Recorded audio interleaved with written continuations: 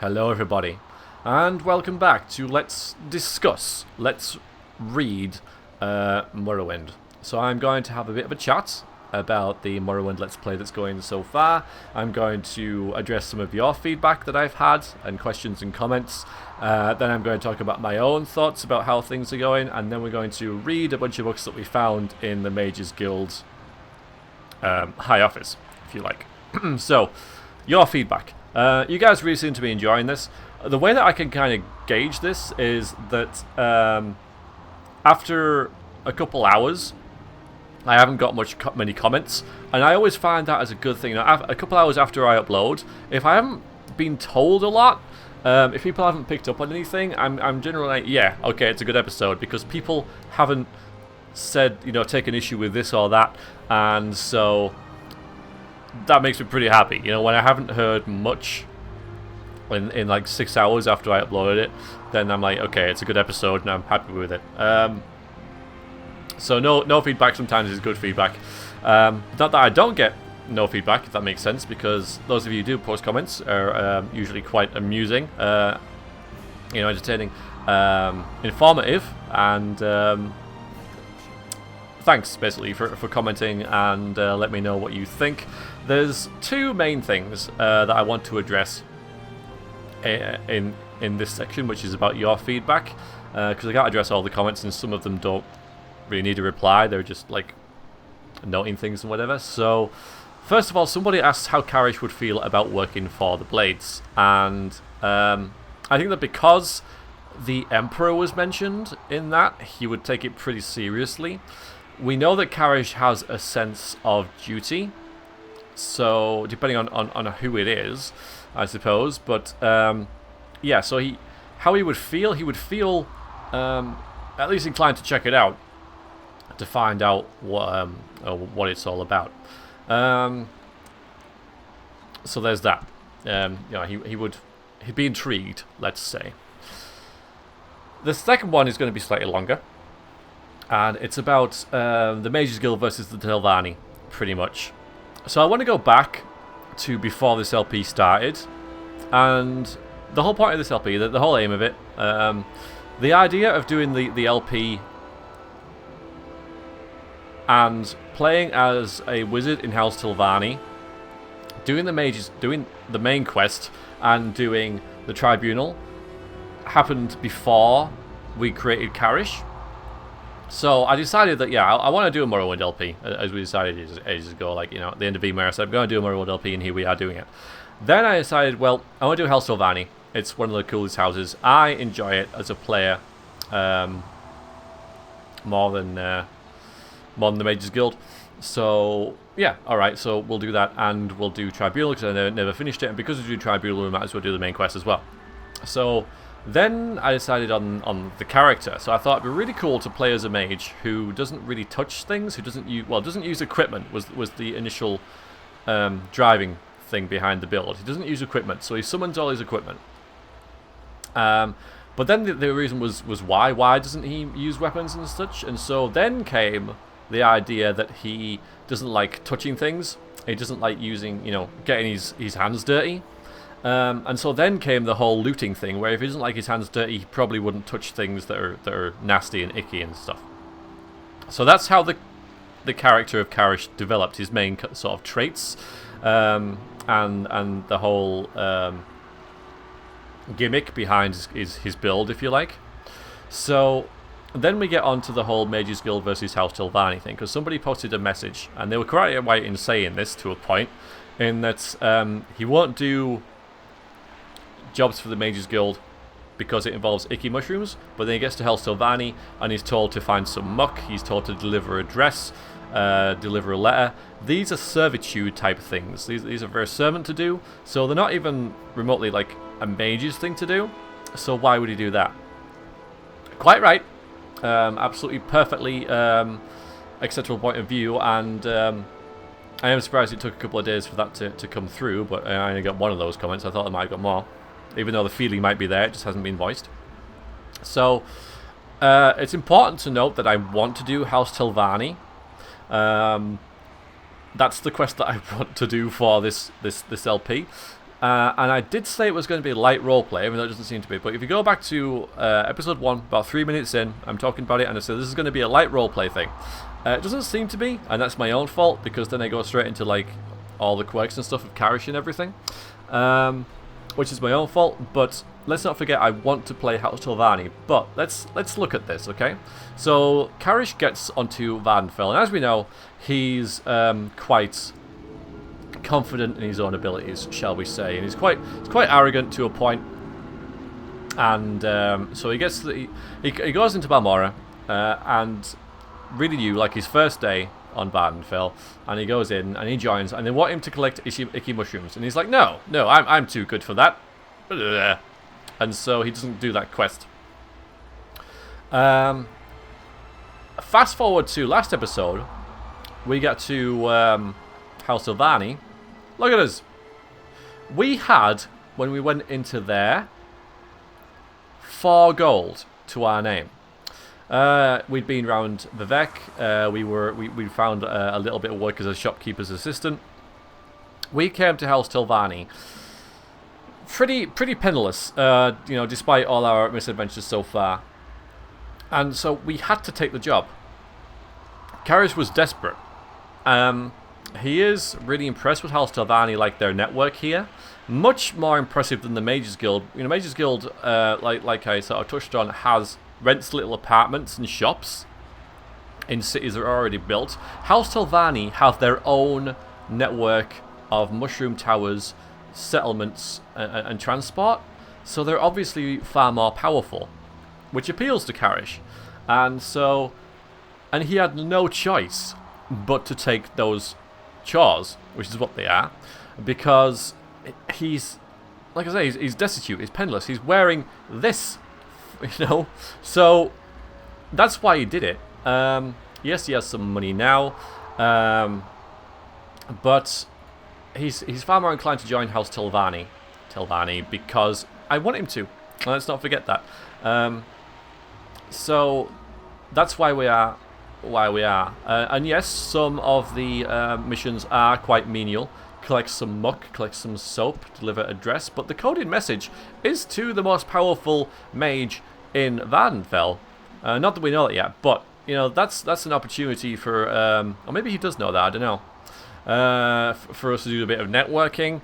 And the other one is to find the disappearance of the dwarves, and all about that, which links nicely into the quest we got from, I think it's Trebonius, who we're going to be seeing a little bit when I go to my next read thing. And because of that, we are already working for the Mages Guild. We're not going to do that silly mushroom quest because we have a quest from the Archmage himself, who obviously recognizes Karish for, the talent that he is. So why would then Karish decide, actually, yeah, we'll go and get those mushrooms? That lowly thing. He's not going to. He has a mission for the mage himself, the Archmage himself. So that's done as far as I'm concerned. That's his interaction with the Mages Guild finished until he finds out about the disappearance of the dwarves, which now, luck would have it, nicely links into what the House Avani kind of looking for as well, or at least interested in. So yeah, that's why I'm not going to do stuff with the Mages Guild. Primarily because I want to. Secondly, because happenstance meant that Karish turned down the first quest, and now he's working for House Tilvani out of necessity.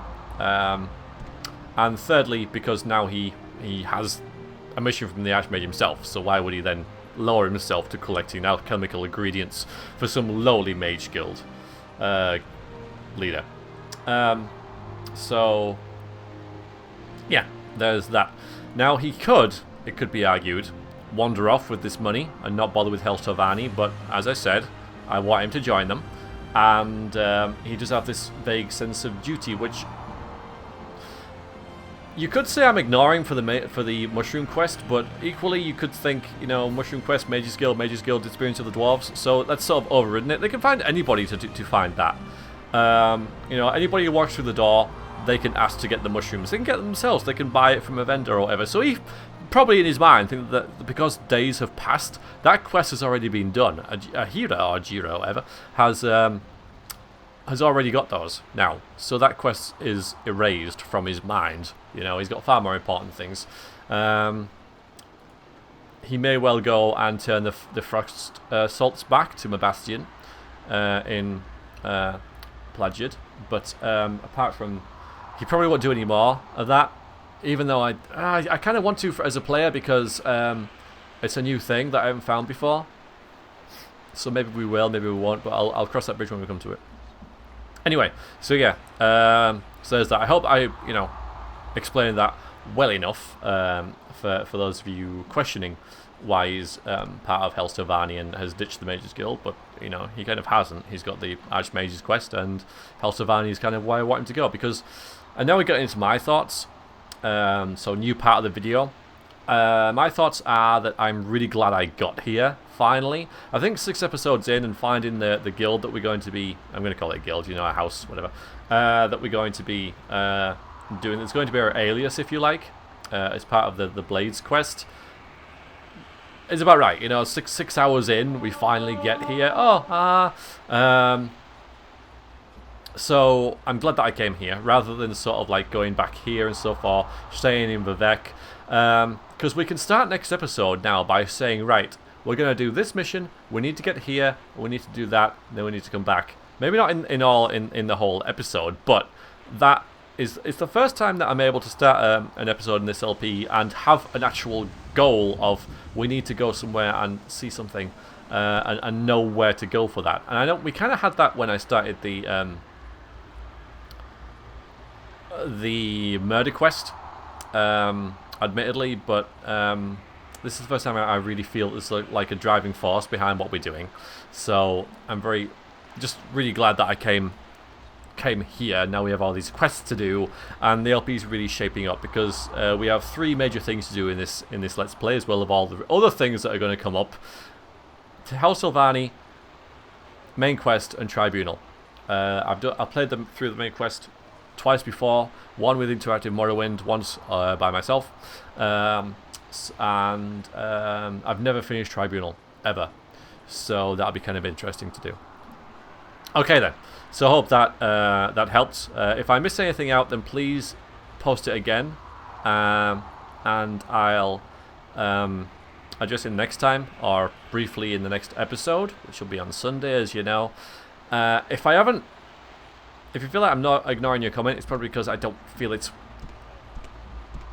worth talking about. And I know it's kind of a harsh thing to say, but some people say things and I'm like, no, you know. So if you feel that's the case, that's probably why.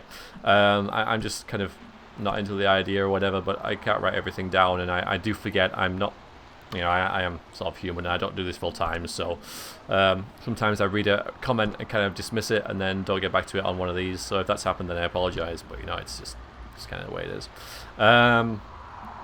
Sorry. Okay, so next we are going to go to the Mage's Guild to read all those books that Karish found. So jump cuts. Here we are, and see this. Just to sort of like elaborate on the last point I made about the Mage's Guild having little places. This is the biggest place that the Mage's Guild have. This is where Trebonius Artorius, the Archmagister, hangs out. And there's his bed, and there's his desk, and this is what he has. And then, you know, another one there. They don't even have doors, but I guess House of I don't either. But, you know, and this is kind of it. You know, you go up there, and there's a bit there and a bit there. But they have a bit of a canton in Vivek, you know. You know, House of Avani have their own settlements, their own cities. So, a lot more impressive to Karish than this. Anyway, we read all these, so I've got 5 to do. Let's start. We'll start with the Origins of the Mage's Guild, because this kind of intrigues me. Salarith wrote this. I thought Archmage Trebonius, but not Salarith, whoever that was. So here we go. The idea of a collection of mages, sorcerers, and assorted mystics pooling their resources and talents for the purpose of research and public charity was a revolutionary concept in the early years of the Second Era. The only organisation then closest in aim and structure to what we now know as the Mage's Guild was the Psychic Order of the Isle of Artyom. Isn't that mentioned in Skyrim? I think it is. At the time, magic was something to be learned by individuals, or at most within intimate covens. Mages were, if not actually hermits, usually quite solitary. The Sigic Order served the rulers of Somerset Isle as counsellors, and chose its members through a complex ritualized method not understood by outsiders. Its purposes and goals likewise went unpublished, and detractors attributed the worst evils as the source of the Order's power. Actually, the religion of the Old Order could be described as ancestor worship, an increasingly unfashionable philosophy in the Second Era. When Vanus Galerian, the Sigic of Artyom, was a student of the famed Iac Assis, began collecting magic users from around Somerset Isle. He attracted the animosity of all. He was operating out of the urban centre of Firsthold, and there was a common and not entirely unfounded attitude that magical experiments should be conducted only in unpopulated areas. Even more shocking, Galerian proposed to make magical items, potions, and even spells available to any member of the general public who could afford to pay. No longer was magic to be limited either to the aristocracy or the intelligentsia. Galeron was brought before Aitches, the first king of Firsthold, Rilis the 7th, the 12th, and made to state his intentions of the fraternity he was forming. The fact that Galerian's speech to Rilis and Iachius was not recorded for posterity is doubtless a tragedy, though it does afford the opportunity for historians to amuse one another with speculation about the lies and persuasions Galerian might have used to form the ubiquitous organization. The charter, at any rate, was approved.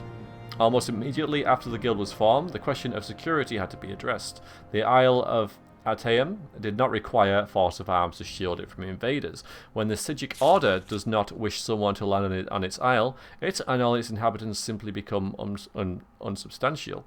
The new Mages Guild, by contrast, had to hire guards. Galerian discovered that the Tramirial and nobility has known for thousands of years. Money alone does not buy loyalty. The Knightly Order of the Lamp was formed the following year.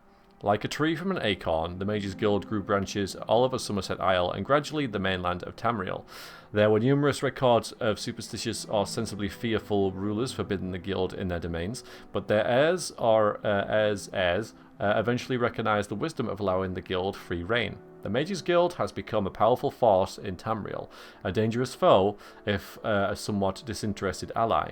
There have been only a few rare incidences of the Mages Guild actually becoming involved in local political struggles. On these occasions, the Guild's participation has been the ultimate decider in the conflict. As began by Vanus Galerian, the Mages Guild as an institution presided over the Supreme Council of 6 Archmagisters. Each guild hall is run by an Archmagister, assisted by a twofold council, the Master of Inuk, Ink, Bula, and the Master at Arms. And the Master of Ikunabula presides over the additional council of the 2 mages, and the Master of Academia and the Master of Scry. The Master at Arms also has a council of 2, the Master of Dishes and the Master of Palatinus, the leader and local chapter of the Order of the Lamp. One need not be a member of the Mages Guild to know that this carefully contrived hierarchy is often nothing more than a chimera. As Vanus Galerian himself said bitterly, leaving Tamriel to travel other lands, the guild has become nothing more than an intricate morass of political infighting. A couple of words in there I didn't know, but fair enough. Right then. I'll do a little jump cut between each book in case I mess up and have to start again. But, you know, just in case. Okay, this is 6 pages long. Okay, so on Artyom by Tors Il Anselma. Okay, the Isle of Artyom. Artyom. Yay! Thank you for that. That's the first time I've ever seen that. like a way to pronounce a Morrowind word. That could be really useful in certain situations. Most of them, in fact. So this carries on from the first, more or less. It is the 3rd largest island in the Somerset Archipelago, located south of Mordonian village the Mordonian village of Potenza, and west of the mainland village of Runki Bay. It is best known for being home to the Sigic Order, perhaps the oldest monastic group in Tamriel. The earliest written record of the Sigics come from the 20th year of the First Era and tells the tale of the renowned Breton sage and author Voinet, travelling to the Isle of Artyom to meet with... Oh, that could do it again. Iachises, the right master of the Sigics. Sigics. I had it, then I lost it. Even then, the Sigic, there you go, were the councillors and kings, proponents of the Elder Way, taught to them by the original race that inhabited Tamriel. The Elder Way is a philosophy of meditation and study said to bind the forces of nature to the individual will. It differs from Magicka in origin, but the effects are much the same. That said, it is perhaps more than coincidence that the Isle of Artyom literally vanished from the shores of Somerset at the beginning of the Second Era at about the time of the founding of the Mages Guild in Tamriel. Various historians and scholars have published theories about this, but perhaps none but Iachises and his own could shed light on the matter. 500 years passed, and the Artyom returned. The Sigics on the isle consisted of persons, mostly elves, who had disappeared and were presumed dead in the Second Era. They could not, or would not, offer any information for Artyom's whereabouts during that time, or the fact that Iachises and the Iachises and the original council of Artyom.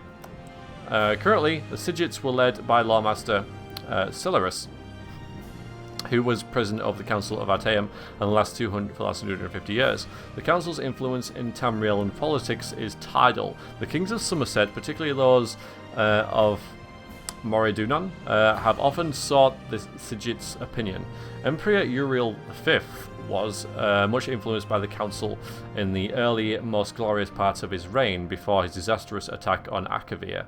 It has even been suggested that the fleet the King Orgrim of Piandonia was destroyed by joint effort of Imperia Antiochus and the Sigic Order. The last four emperors, Uriel VI, Moriatha, Pelagius IV, and Uriel VII, have been suspicious of the Sigics enough to refuse ambassadors from the Isle of Artyom within the imperial city.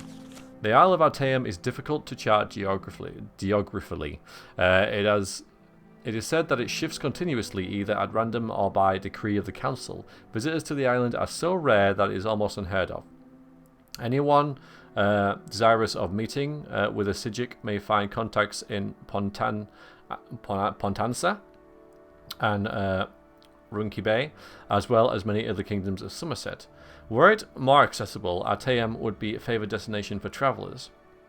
I have been to the isle once, and still dream of its idyllic orchards and clear pastures, its still and silent lagoons, its misty woodlands, and its unique Sigic architecture that seems to be as natural as its surroundings, as the well and wondrous in its own right.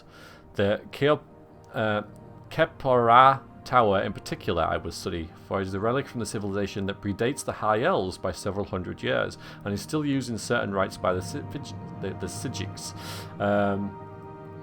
Perhaps one day I might return. Note, the author is currently on the Isle of Artyom by gracious consent of the Master Saginius of the Council of Artyom.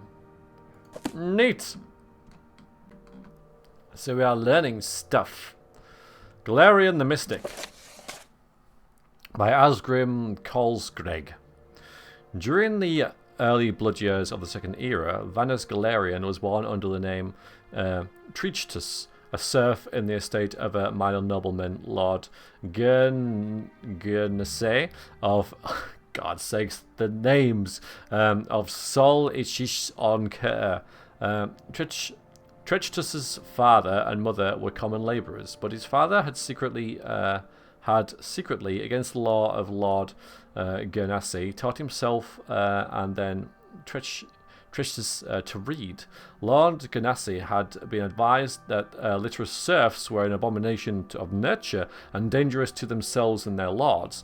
They had closed all bookstalls within Sol Ichis on Ker. All booksellers, poets, and teachers were forbidden, except within Gernase's keep. Nevertheless, a small-scale smuggling operation kept a number of books and scrolls in circulation right under Gernase's shadow.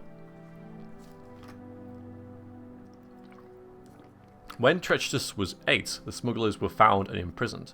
Some said that Treacherous's mother, an ignorant and religious woman fearful for her husband, was the betrayer of the smugglers, but there were other rumours as well. The trial of the smugglers was non-existent and their punishment swift. The body of Treacherous's father was kept hanging for weeks during the hottest summer Solichis on Kerr had seen in centuries. 3 months later, Treacherous ran away from Lord Ganas's estate. He made it as far as Eleanor, halfway across Somerset Isle. A band of troubadours found him nearly dead, curled up in a ditch by the side of a road. They nursed him back to health and employed him as an errand boy in return for food and shelter. One of the troubadours, a soothsayer named Heliand, began testing Treacherous's mind and found the boy, though shy, to be supernaturally intelligent and sophisticated given his circumstances. Heliand recognized in the boy a commonality, for Heliand had been trained on the Isle of Artyom as a mystic. When the troop was performing in the village of Pontansa in the far eastern end of Somerset, Heliand took Treacherous, then a boy of 11, to the Isle of Artyom. The Magister of the Isle, here he is again, recognised potential in Treacherous and took him on as a pupil, giving him the name Vanus Galerian. Oh, Vanus trained his mind in the body of Artyom, as well as his body. Thus, the first Archmagister of the Mages Guild trained. From the Sigils of the... now I'm saying that wrong. I had it and I lost it. Of Artyom, he received his training. From his childhood of want and injustice, he received his velocity of sharing knowledge. Oh, it's all coming together. This is so neat. All this stuff's just here. And you don't realise, like, the stories that go into it. Immense. Really, really good. What we got next? Mysticism. Oh yeah, and this is again, this is the story. So I think that's it with the Galerian. That's really interesting. Not interesting that Karish found it in his heart to join the Mages Guild. Well, he has, and he works for the Archmagister now, so yeah. Mysticism is the school of sorcery least understood by a magical community and the most difficult to explain to novice mages. The spell effects commonly ascribed to the school of mysticism are extravagantly disparate as soul trap, the creation of a cell that would hold a victim's spirit after death, to telekinesis, the manipulation of objects at a distance. But these effects are simply that, effects. The sorcery behind them is veiled in a mystery that goes back to the oldest civilization in Tamriel and perhaps beyond. The Sigits, the Sigic order of the Isle of Artyom, have a different form of mysticism, the Old Way. The phrase comes bogged in semantic quagmire because the Old Way also refers to religion and customs of the Sigits, which may or may not be part of the magic of mysticism. There are few mages who devote their lives to the study of mysticism, and the other schools are far more predictable and ascertainable. Mysticism seems to derive power from its conundrums and paradoxes. The act of experimentation, no matter how objectively implemented, can influence magicka by its very existence. Therefore, the mystic mage must consign himself to finding dependable patterns within a roiling imbroglio of energy. In the time it takes for him to devise an enchantment with a consistent trigger and result, his peers in the other schools may have researched documents of dozens of new spells and effects. The mystic mage must thus be patient and relatively uncompetitive philosopher. Something that isn't really put across in the mage mechanics, the game mechanics. In the centuries, 4 centuries, mostly during the Second Era, scholarly journals published theory after theory about the aspects of magicka lumped together under mysticism. In the Mages Guild's tradition of finding answers to all things, respected researchers suggested that mysticism's penultimate energy source was Arthurius itself, or else Daedric beings of unimaginable power. Either rationale would explain the seemingly random figurations of mysticism. Some even ventured that mysticism arose from the unused elements of successfully or even unsuccessfully cast spells. Discussion within the order of Sigits after Artyom's, I know I'm saying that wrong, reappearance has led to some scholars to postulate that mysticism is less spiritual in nature and as was originally supposed, and that either the intellect or the emotional state of the believer is sufficient to influence its energy configuration and flow. None of these explanations is truly satisfactory taken by itself. For the beginning student of mysticism, it's best simply to learn the patterns distinguishable in the maelstrom of centuries past. The more patterns are discovered, the clearer the remaining ones become, until, of course, they change, for inevitably they have to, and then the journey begins anew. So mysticism is a very demanding skill, and that is probably why we have made it well, it did make it a major skill, actually, so maybe he's not too fussed about it. But from a gameplay point of perspective, it's quite useful. Okay. Lastly, a game of dinner. Yes, of course we have that. Oh my god.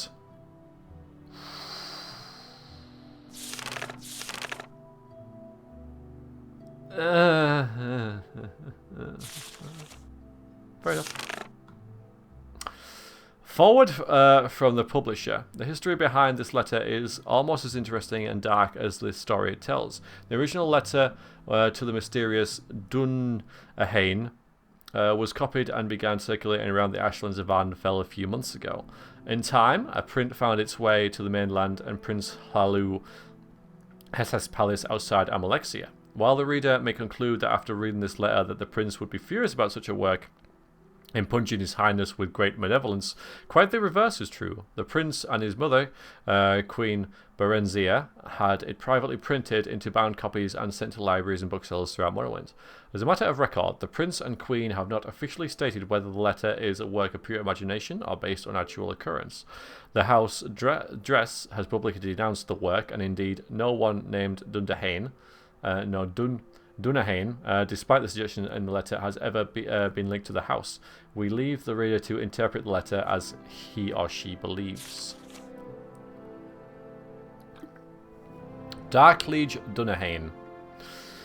You asked for a detailed description of my experience last night and the reasons for my plea to House Dress for another assignment. I hope that I have served you well in my capacity as informant to the court of Prince Helsath, a man who I have stated in many previous reports could teach more like Baal how to scheme. As you know, I have spent nearly a year now working my way into the inner circle of advisors. He was in need of friendship when he first arrived in Morrowind, and eagerly took to me and a few others. Still, he was disinclined to trust any of us, which is perhaps not surprising given his tenuous position in Morrowind society.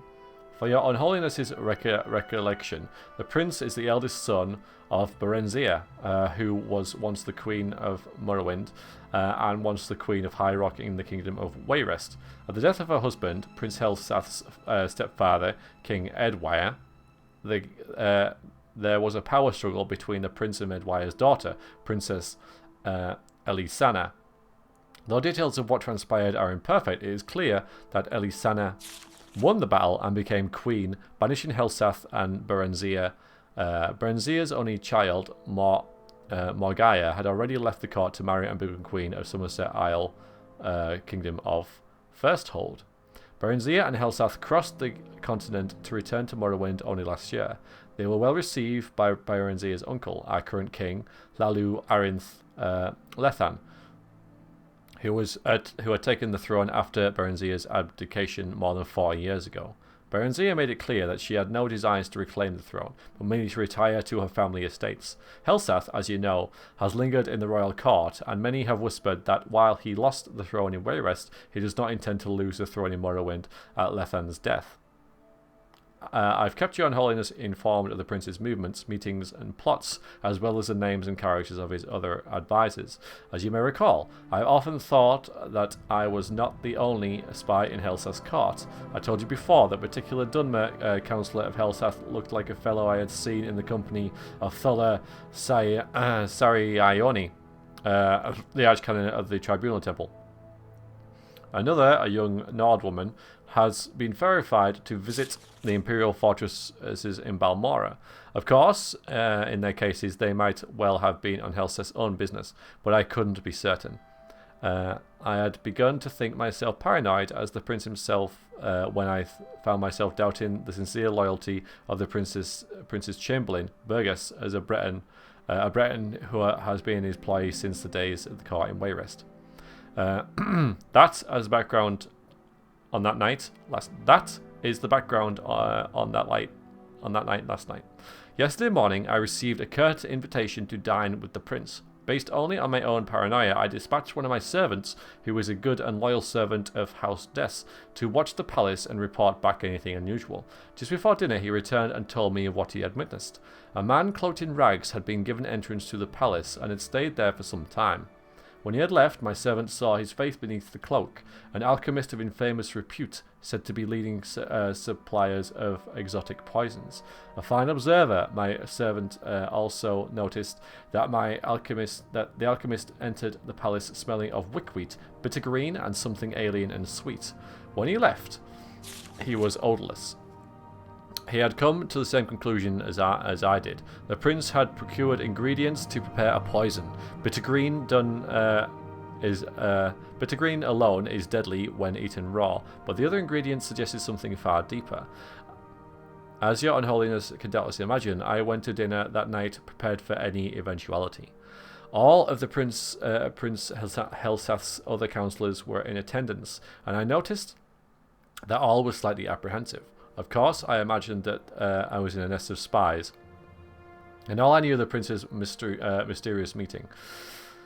But it is just as likely that some knew of the alchemist's visit, while others were simply concerned by the nature of the prince's invitation, and still others merely unconsciously adopted these tense disposition of their fellow better informed councillors. The prince, however, was in fine mettle and soon had everyone relaxed and at ease. At 9, we were ushered into his dining hall where the feast had been laid out. And what a feast! Honey-eyed gore apples, fragrant stews, roasts in various blood sauces, and every variety of fish and fowl expertly and ostentatiously, or whatever, prepared. Crystal and gold flagons of wine, Flynn, Sheen, and Master were at our seats and to be savoured as appropriate with each course. As tantalising as the aromas were, it occurred to me that such a maze of spices and flavours, a discreet poison would be undetectable. Throughout the meal, I maintained the illusion of eating the food and drinking the liquor, but I was surreptitious and swallowed nothing. Finally, the plates and food were cleared from the table. I wonder how he got away with that then. Where did he put it? The plates and food were cleared from the table, and a tureen of spicy broth was placed in the centre of the banquet. The servant who brought it then retired, closing the banquet hall behind him. "Smells divine, my prince," said Mage Eonis Colgar, the Nord woman, "but I cannot eat another thing. Your Highness," I added, feigning the tone of friendliness and slight intoxication, "you know that everyone in this table would gladly die to put you on the throne of Morrowind, but is it really necessary that we gorge ourselves to death?" The others at the table agreed with appreciative groans.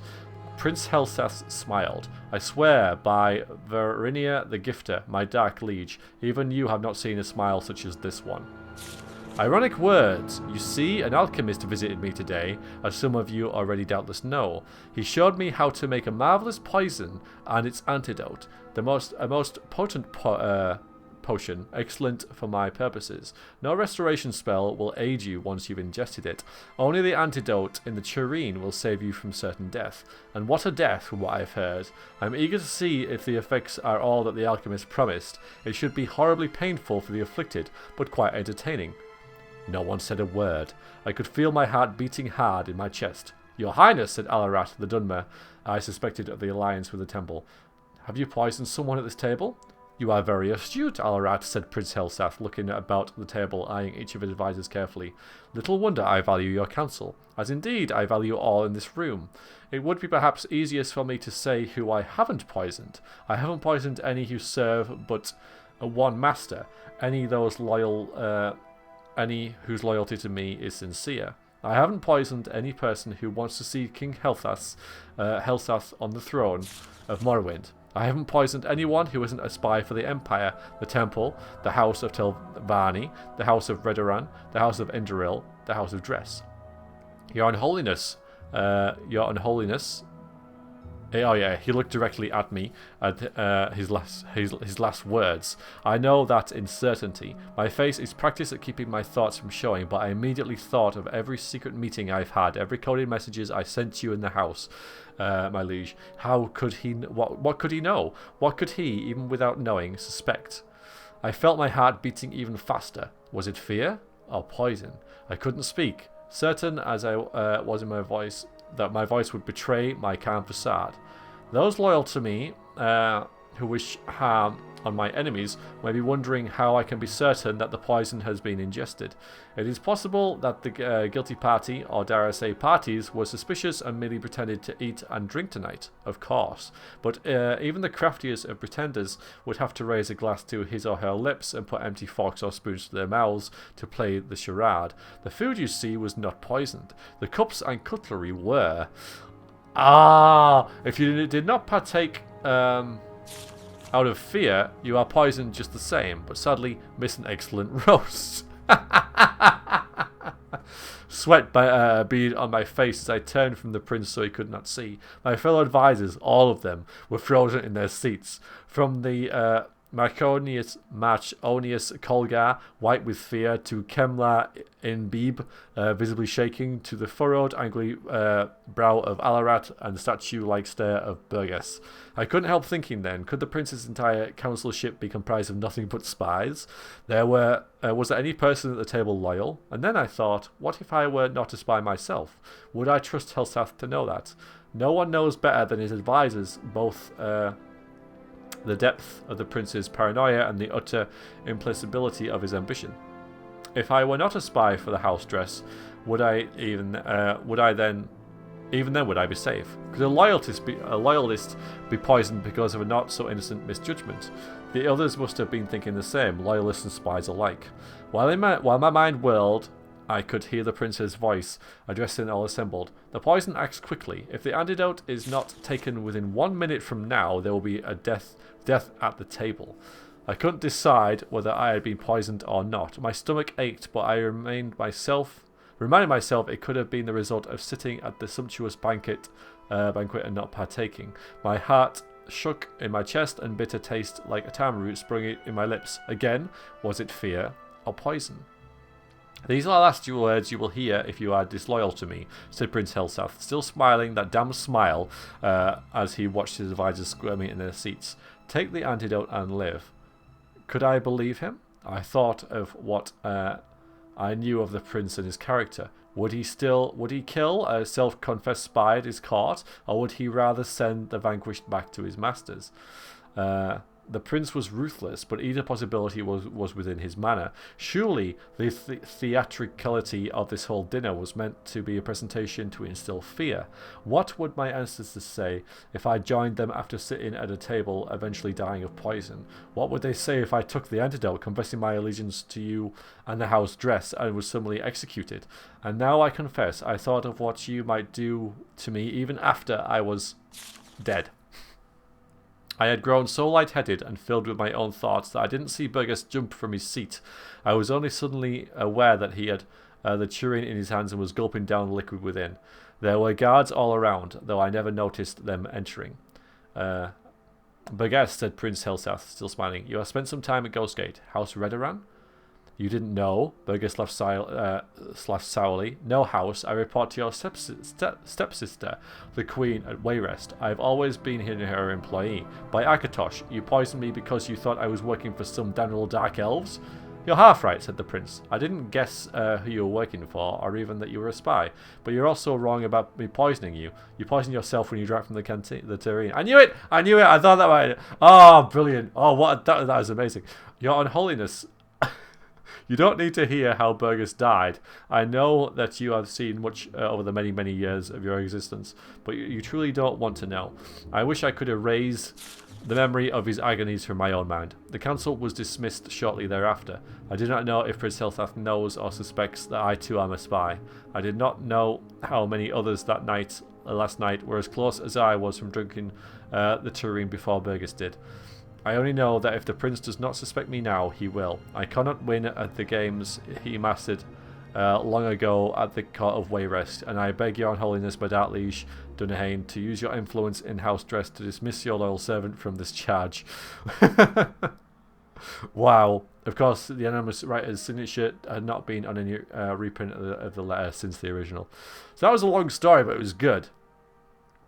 I kind of wonder why I didn't use a more slow-active poison, and then everybody who was a spy would have had time to go and drink from it, because he only caught one spy out of all that, when really, you know, he could have caught more